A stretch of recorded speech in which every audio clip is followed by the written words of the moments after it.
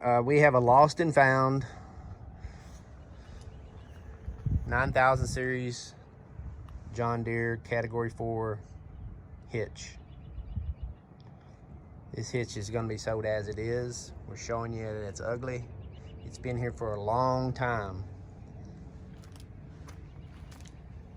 These are probably going to be froze up. Your cylinders may need to be repacked.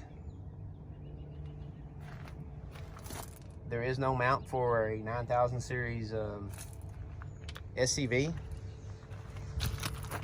but there is a building, got a building going on here, or you're able to build off of it.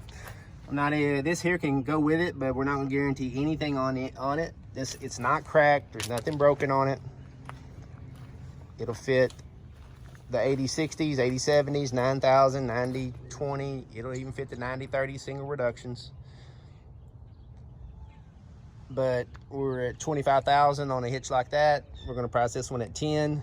The way it sits, no quick hitch, no top link, nothing. So you get a deal on something that's been lost, and we sell something that we get a call for once a week right now.